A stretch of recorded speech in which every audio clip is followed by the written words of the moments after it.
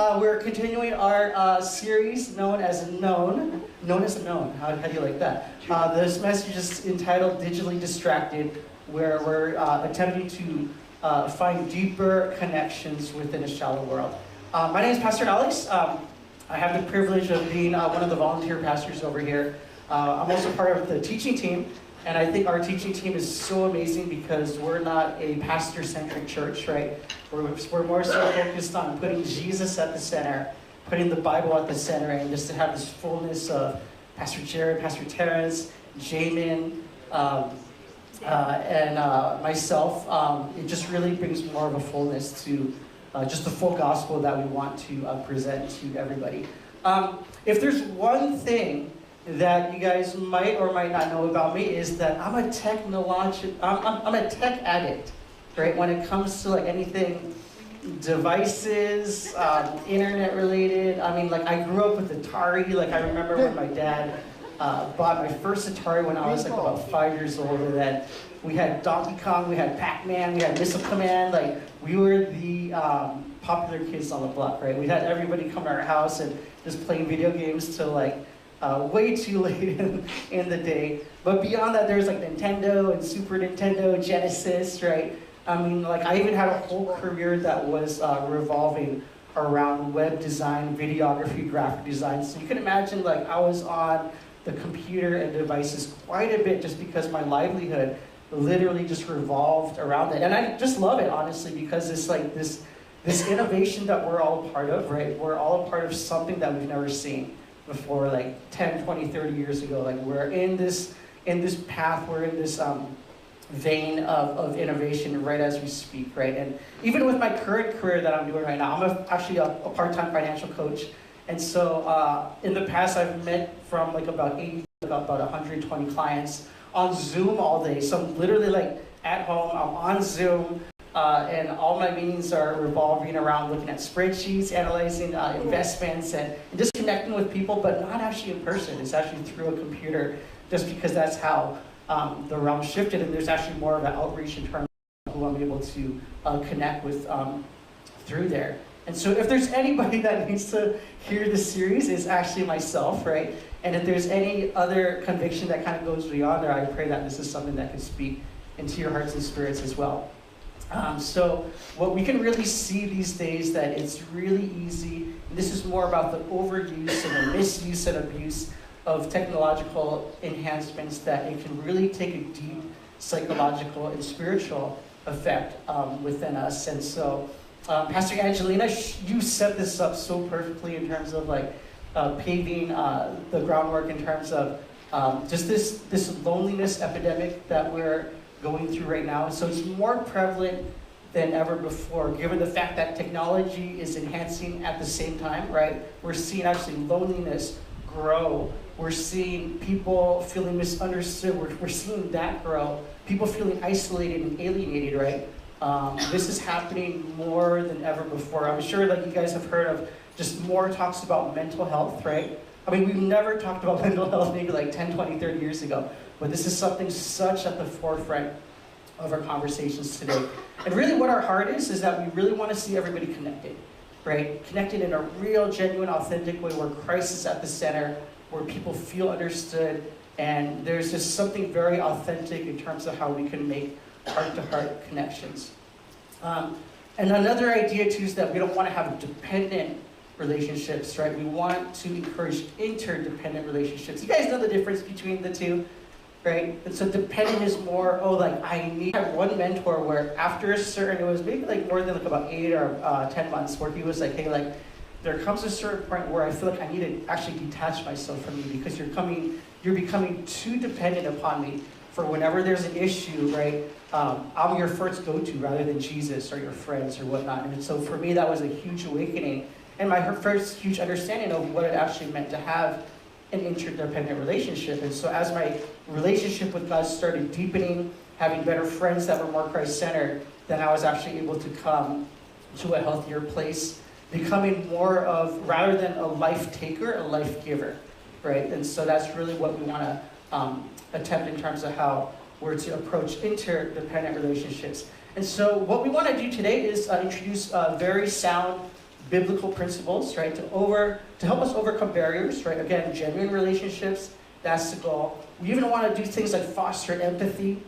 We want to help people discover their purpose within the context of community. And then ultimately, we want to see God's power being known in an amazing, awesome way, right? And so if we can at least address some of the distractions that we're facing in this world today, and mainly for today's topic, as you can see, we're entitling this message Digitally Distracted, right? So we're going to focus specifically on our addictions to, whether it's social media, whether it's to devices, right? Anything that is like phone related, cell phone related, maybe it's like games and stuff like that too, right? So I feel like even conviction right now when I talk about these things.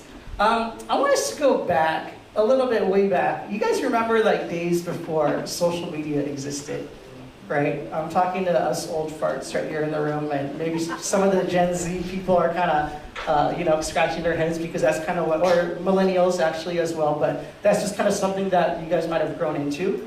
But actually back in the day, even just having a cell phone was like such a cool thing, right? Like not too many people had cell phones. Like, you guys remember like when cars had like phones in them, right? That was like such a, oh my gosh, like who has the luxury to have a phone in their car, let alone when cell phones came out. I'm gonna pull up this slide. This is one of probably the most innovative cell phones. Like we like laugh when we kind of see this little click, click, click thing, right? And then, you're like putting it on your phone or on your ear. And, but this was one of like the major technological devices that actually helped shift the ways that we look at phones, right, and how we interact with them. And I have a story actually of, this was actually when I was a little bit deeper into my whole technological career, but I was about to meet a client as a freelance designer. I had this client. He was kind of a big shot real estate agent. I won't say who he is, because even if I say his initials, I'll throw it out. I don't want to throw him under the bus, but he was just a really reputable businessman. And so he had contacted me and said, hey, I really heard about your creativity and so forth, and I just really want to see if you can help me with some branding, some logo design, and maybe some other work too as well. So I was just super excited because I was young in my career, and I was really looking just to build my portfolio. And so we meet at a Starbucks together, and we shake hands. This guy's like all suited up and everything like that. So I'm kind of nervous, right? Because this could be a huge opportunity to really elevate my career. And as we're getting started within the meeting, it's about maybe 2 or 3 minutes into the meeting, his little StarTech rings like, he's like, oh, hold on 1 second, click. And then he's like, I'll be right back, right? And so he leaves, he's gone for about 5 minutes. I'm like, that's cool, he's a busy guy. He has some things going on. And then he comes back after and he's like, you know what, my apologies, okay, this won't happen again, I'm sorry. 2 minutes later into the conversation, his phone rings again. And he just click, goes out. Wait, hold on, this is an important call. I'm about to close escrow. I gotta take this call. So he goes out again, and then I'm like, okay, it's happening the second time. I kind of see what's going on. Okay, well, give grace, give mercy, right?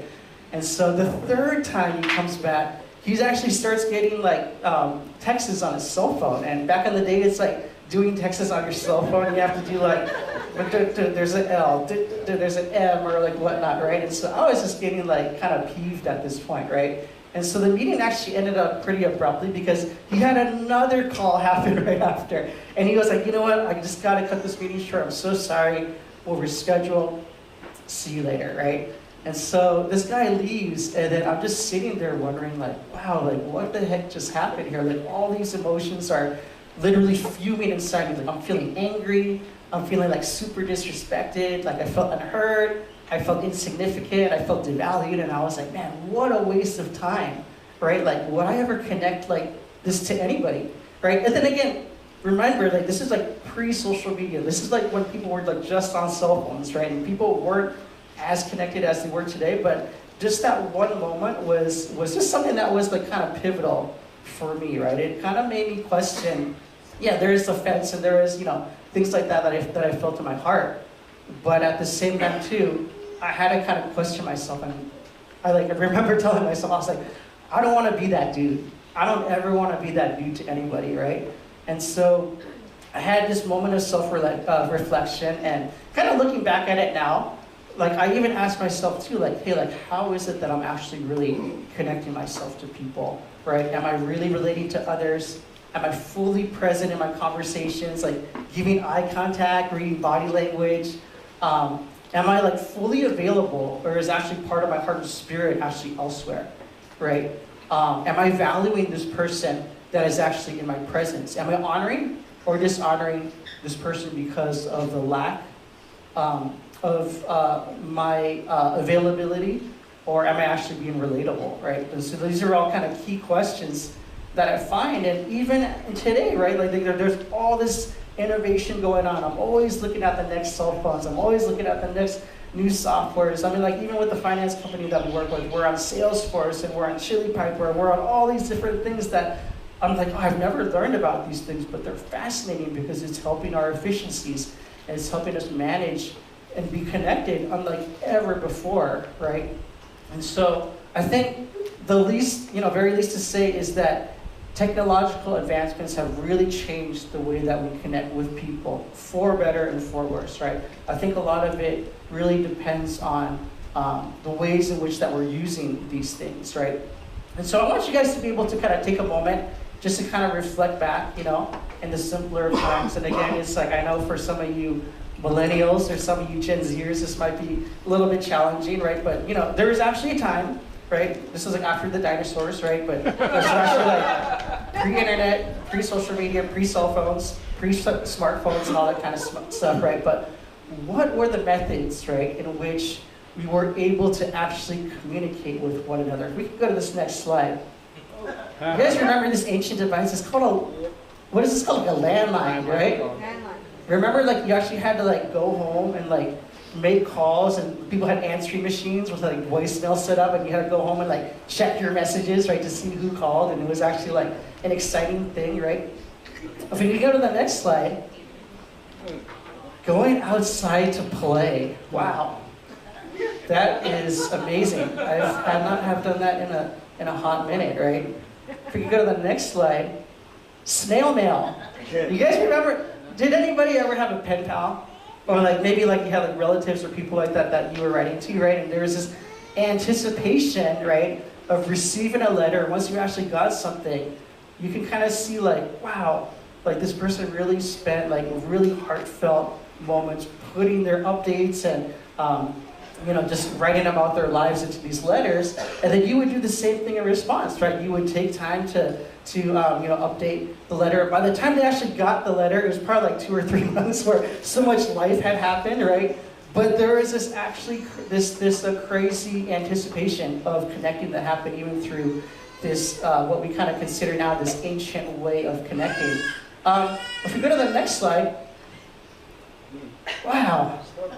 These are 2 people having coffee. And where's their iPhone? So I don't really see an iPhone with them, but they're actually having coffee and talking with one another, right? When was the last time we actually like called up a friend and said, hey, let's go grab a latte and let's go talk story and keep our devices in our pockets, right? Like, to me, that hardly happens these days. Maybe it does with, a specific few, right? But if we can go to the next slide, Melissa, it's a family dinner. No tablets, no iPads, but people are, and I know this is stock, right? So this is stock photos, so this is probably not reflective of real life in some instances, but there were times that we actually connected as families, just having a meal together, right? And so what were relationships like for you before these devices actually existed, right? Before these devices actually started to become at the forefront of your life? And again, I don't want to disregard Gen Z or millennials, right? But maybe there is a time where maybe you were at camp or you were, at a place where there's no Wi-Fi, but you were actually forced to connect with each other in person. And I could imagine that just that changed the dynamic of how you were able to connect with one another, right? And so even though through the means of communications, right, we kind of went through these slides and we're kind of like saying like, hey, these are all kind of really ancient ways of connecting, right? But could you agree that maybe in some instances, like even though the connection felt a little bit more limiting, the communication felt a little bit more limiting, that we actually felt a little bit more connected than before? Can we all agree on that? Yep. And so I think at times where we're forced to be connected, right? We're actually forced to be present on different levels as well. We're talking about being physically present, emotionally connected, present, and spiritually present, right? There's all these different levels that happen when we're forced to connect in kind of like these more ancient, antiquated means of connecting. And I think we can all agree too, right, where there's always this kind of weird level of uncomfortability when you're kind of talking with somebody in person. Maybe you're a little bit nervous. You guys remember like dating back in the day where you actually had to ask somebody out, right? Versus like having to swipe and just be like, okay, this guy looks good, like boom, let's connect, right? But you actually had to like, maybe you were at a school dance or something. You were having to ask somebody like, do you want to dance with me, right? And then you build this connection, but then it gets a little bit easier after kind of going over that wall, right? But this is actually, how we're meant to be connected with one another. If we can go to the next slide, we saw like where less device-dependent relationships used to be more in person, right? Where a few things actually happened, right? Relationships were actually based on people skills. You guys remember that scene in Office Space where I think one of the employees is being interviewed by these guys, and they're asking, hey, like, what exactly is it that you do? And he's like, oh, I connect the engineers with the designers so that they don't have to. And they're like, okay, well, is that really necessary? Like, why can't the engineers just really connect with the designers, just more direct? And he's like, you guys don't get it. I have people skills. That's old movie anyways. But he was just really fighting to show that he actually had people skills, but he actually really didn't. Anyways, that totally flopped. Relationships actually seemed a lot more genuine back in the day, right? And again, we talked about this awkwardness that kind of happened, right? Where, again, it's just like, you're trying to get to know somebody's body language and get a feel for them. It takes a little bit of adjusting. But actually, in these relationships, we were actually more present, more focused, and less dividing. And so again, I'm just going to reiterate that as technology continues to advance, we're also challenged in ways that we're to communicate a little bit differently. And so there's actually a bunch of studies, right, that have shown that with the increase of connectivity, there's also the increase of frequency, the increase of ease, this feeling, right, of feeling more connected. But it's actually leading to a decrease of quality in-person interactions due to the distractions and due to the limited face-to-face interactions. And so let's kind of go back in time just to kind of see where a lot of this actually rooted. So if we look at kind of like the history of the internet, I think this is really interesting because I thought like the internet was like, created like maybe like in the 70s or the 80s or whatnot, but it was actually created in the late 60s, right? There was this creation of this thing called ARPANET. ARPANET stands for Advanced Research Products, Advanced Research Products Agency Network, right? You're like, what the heck is that, right?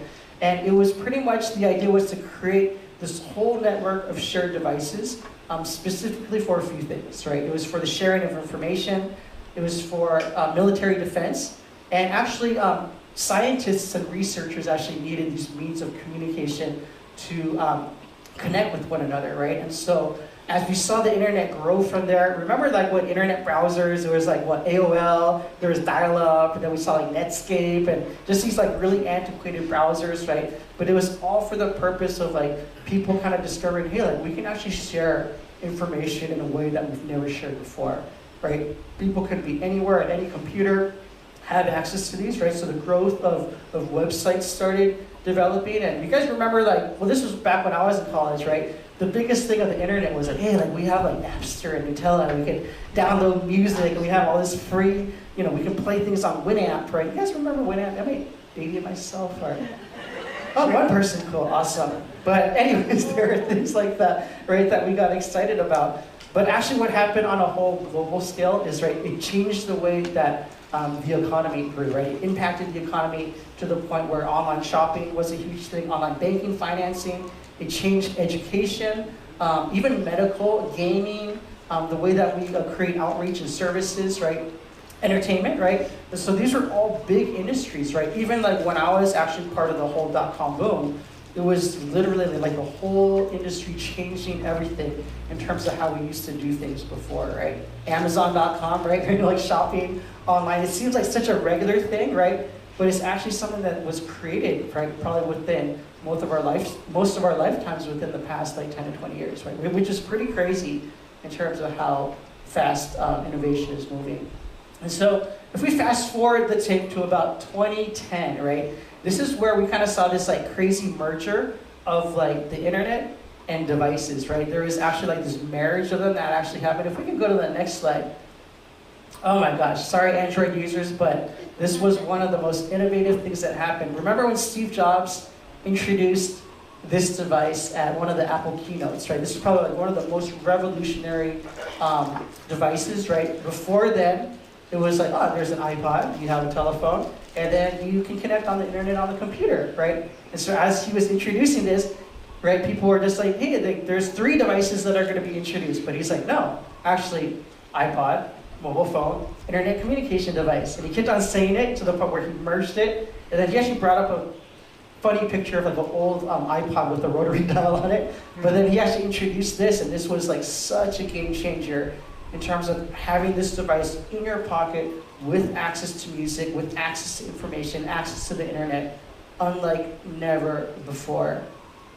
And then even as technology progressed beyond that, if we could go to the next slide, social media, right? We had people like Mark Zuckerberg create these social networks, initially for the sake of connecting college students together, but it evolved, right? IG, Instagram evolved, Twitter evolved, TikTok evolved, right? It changes the whole dynamic in terms of how we represent ourselves, right? How we communicate ourselves to one another. And then also it's this daily thing in terms of how we stay connected, right? Like I love IG stories, right? Because it's a way where I can kind of sneak into people's lives without having to, stay connected with them on the phone at times, right? So it's a really cool thing that happened when social media was created. Other benefits that have happened, I remember hearing like a bunch of stories of just old friends being connected, right? I mean, like I remember when I first started out my Facebook account, just seeing old friends from elementary school and high school, I was like, wow, like I haven't seen these guys in years, right? So it's so cool to see, how big and fat they are now. And balding, just staying more connected, right? And seeing how they've, matured and stuff like that. Facebook was actually something too that even connected me and my wife, right? I don't know if you guys know our story, but we first met at a taco stand about 2007. Loosely kept in touch, but we got disconnected. I was on Facebook. I took a trip to Israel, was posting devotionals, pictures, and everything like that. She was stalking me. Because I wrote such godly devotionals, I took such amazing pictures, and she was like, this man of God, I need to pursue his heart. But we actually built a connection through Facebook through there, and then through Facebook Messenger, we developed a relationship. She was at Korea at the time, I was in Hawaii, but it was through those means that actually created this opportunity for us to be connected and get married and have a son, right? It's crazy, like you would never have heard of these things about 10 to 20 years ago.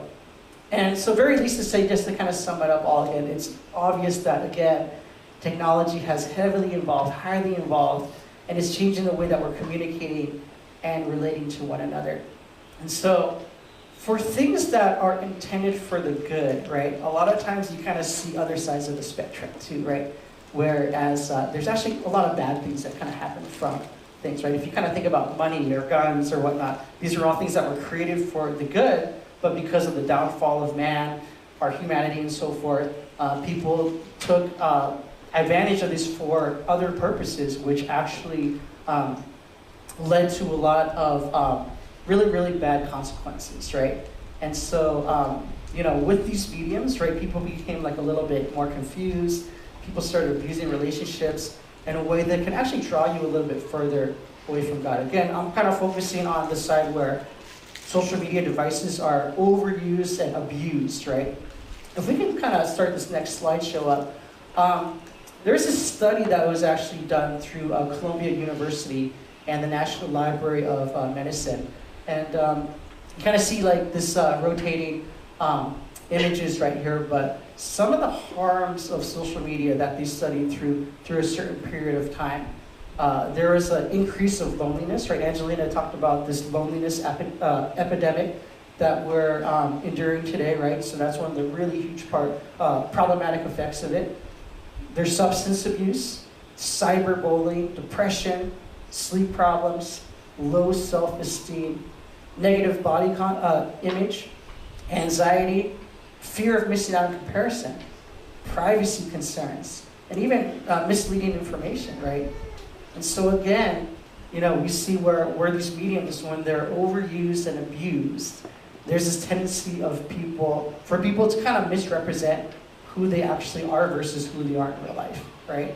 And so there's almost this kind of like wall that is really deceptive, I believe, right? Social media really gives people there's this kind of newfound freedom of speech that's in there, but again, it's like too much permission is a little bit dangerous as well, right? Because people feel like, hey, like we now have this openness to kind of say whatever we want, we can post whatever we want, we could put pictures of ourselves through AI, and that's not actually true representation of what we look like in real life. There's filters, right? But again, there's this dangerous misalignment, right, of what you're actually seeing in real life versus what you're seeing in this little tiny screen in your hand. And all because something might be convenient, it doesn't necessarily mean that it's beneficial. All right, I'm going to say that one more time. All because something is convenient, it doesn't necessarily mean that it's beneficial, right? And so we've really got to look at the reality of what's happening here in terms of, okay, again, just focusing on the overuse, the abuse, right? It's really affecting how, again, coming back to God's design, how is it that He's really intended to connect with one another, right? And so now we can finally go to the Bible, because this is kind of like one of those topics where, we actually don't see the Bible talk anything about social media, right? And this kind of made it challenging for me as well, as we're kind of doing these studies, and where I was always kind of reflecting back and thinking, okay, well, what is His perspective on social media? What is His perspective on our behaviors and how we're kind of reacting on social media, right? And so it really all kind of starts by coming before Him. When I kind of think about, some of the ideal communities that you can kind of see exampled in the Bible that were modeled by actual believers, I'm always reminded back to Acts 2. You guys remember Acts 2, where it's pretty much 50 years after the death and resurrection of Jesus Christ, right? And what we're seeing is this crazy birth of this ecclesia, or it's actually known as this community or this new church that's being formed, or the early church that's being formed. And it was about 50 days after the resurrection of Christ, right, where we see this day of Pentecost, right? And it's a celebration, and what happens is this crazy outpouring of the Holy Spirit, right? We're seeing this crazy outpouring that's happening unlike any other. People are gathered, people are speaking in tongues, and there's even some question that comes to mind. People are like, oh, are these guys drunk? It's like, at an early time in the day, like, what are these guys actually doing? And they're saying like, no, actually these guys are being filled with this fire. They're being filled with this power of this Holy Spirit.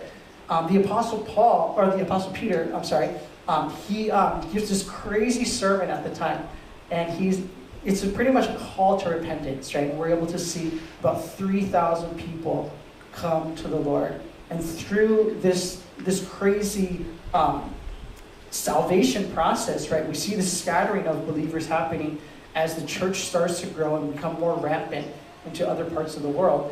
And we're also witnessing to these little gatherings that are happening, right? Like a lot of times, like they're kind of modeled as like other house churches or whatnot, but it's these believers coming together in ways that they've never seen before to be able to profess their faith, to be able to really model what it is to be a believer. And also, it was a way to witness, right, in terms of being able to show the world who Jesus was. If we go to Acts 2:42, one of my favorite scriptures, we actually had a house church before. It was called Acts 2:42, but it begins where the author says, and they continued steadfastly in the apostles' doctrine and fellowship, and breaking of bread and in prayers, and fear came upon every soul, and many wonders and signs were done by the apostles. And all that believed were together and had all things in common, and sold their possessions and good, and parted them to all men as every man had need. And they continued continuing daily with one accord in the temple and breaking bread from house to house, did eat their meat with gladness and singleness of heart, praising God and having favor with all the people.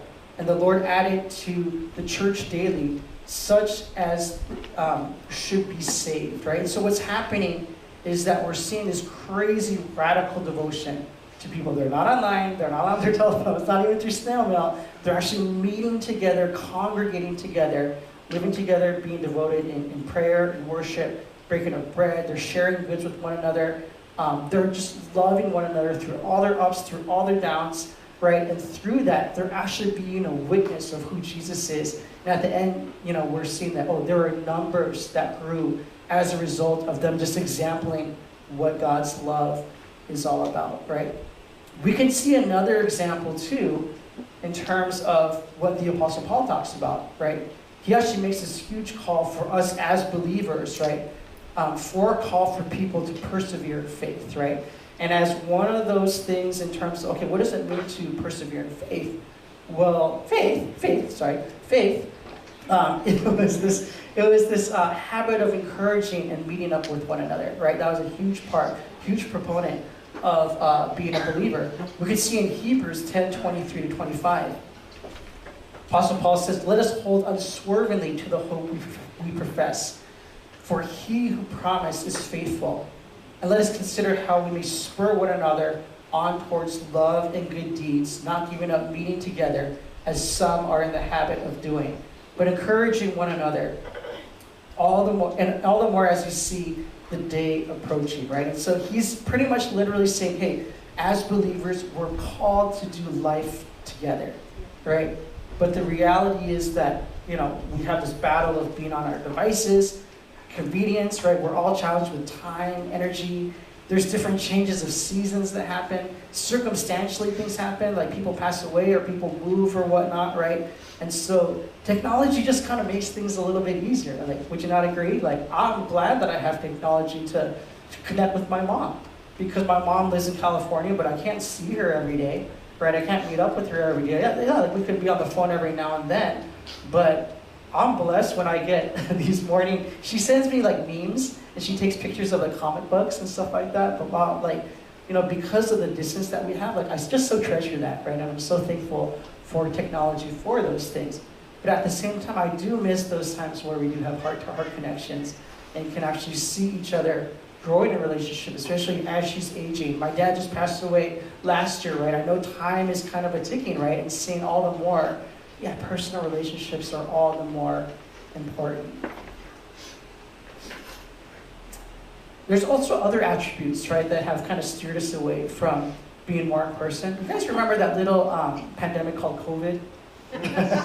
Right? So early 2000, right? It literally changed everything on a global scale as we're called to do social distancing. We were setting up home offices like never before. People couldn't even go back to work, right? To meet up with their coworkers and come in. We had to keep distance. Nobody, used Zoom back in the day except for maybe international calls, but it became this regular thing. And for some people, those new norms, they never changed, right? Even in my career, right? We used to meet with clients in offices to go over finances and stuff like that, but now everything is online, right? Everything is via Zoom, right? We talk about changes of seasons, right? Where things shift, maybe people move, have different job changes, maybe we're around different social networks during those times. Maybe there's a breakup or a divorce, loss of loved one, like I just mentioned. Maybe people are going through some kind of financial crisis, right? That kind of detracts them from hanging around certain types of people because maybe they're trying to save money and stay at home and so forth, right? So that kind of distances themselves naturally from hanging out with certain people. And honestly, there's also this side of it too. This might be kind of touchy, but a lot of times, a lot of us make excuses too because of the ease of technology, right? We're a little bit lazy because of the convenience, and sometimes we don't really see the point, or maybe there's this fear or whatnot, but it's kind of hard to go back, right? It's kind of challenging. And so the question I have for all of us, right? And this is, more of a time for us to introspect, right? Is Jesus in the center of your relationships with one another today, whether it be personally, maybe it's through online where you can kind of introspect and look at your online behavior, right? But what is it that you might be lacking in order to connect in the ways that God connected, right? As believers, we're called to be the salt and the light, right? We're all called. You guys remember the Great Commission in terms of going out and making disciples, right? It was this great commission that Jesus gave to all of us as believers, right? Nobody is exempt, right? As believers, but we're called to make disciples, right? We're called to be the salt and light of the earth, disciple makers, right? And so whether we're interacting with people in person or online, the ways in which we conduct ourselves are to shine the light of Christ. And so if we look at Galatians 6:4-5, the author reads, "But let each one examine his own work, and then he will have rejoicing in himself alone, and not in one another, for each shall bear his own load." Another scripture to kind of add to this is from 2 Corinthians 13:5-6. Author reads, "Examine yourselves as to whether you are in the faith. Test yourselves. Do you not know yourselves that Jesus Christ is in you, unless indeed you are disqualified? But I trust that you will know that you are not disqualified." And so the truth is, as we're standing before God within our own personal space, right, there's literally no lying that we can do to him, right?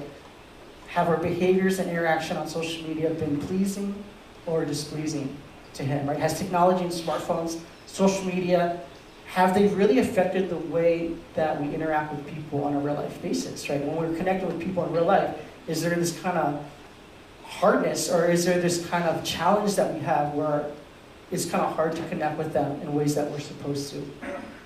Is social media actually causing any true harms or effects on your mental health, right? We talked about how mental health is this conversation that's coming up so prevalent these days, right? Honestly, like, do you have an addiction, right? Do you need help, right? So again, our goal posing these questions is not to judge, it's not to condemn, but if there's any divine conviction that you're feeling right now, I'm praying that it's from the Lord, right? And I'm praying that it's him wanting to speak to you out of love, right? I'm convicted big time when I go through all these questions just because of how my life revolves around all these different things. And so I am no way perfect, right, in these things. And so if we kind of go back to really what I believe is the main point of today's word is that, for the next slide, is that the Lord's desire is for us to have healthy, deep, and meaningful relationships. I'm going to read that one more time just so it sinks within our hearts and our spirits.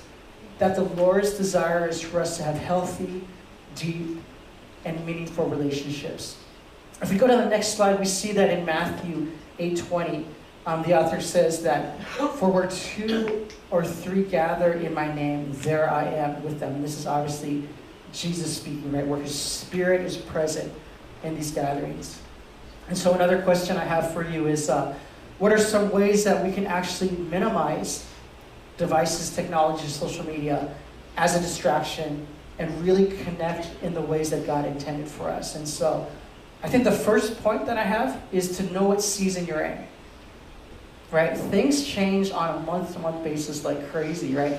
And unless we're really mindful of the season that we're in, right? Maybe it's a certain job, or maybe it's certain people, maybe certain things happening within your family, relationship changes, and so forth, right? But just really be mindful of the people that God is highlighting to you in the season, right? Because those might be the very people that you're called to connect with. Another point I want to make is, hey, consider taking a fast or take a break, right?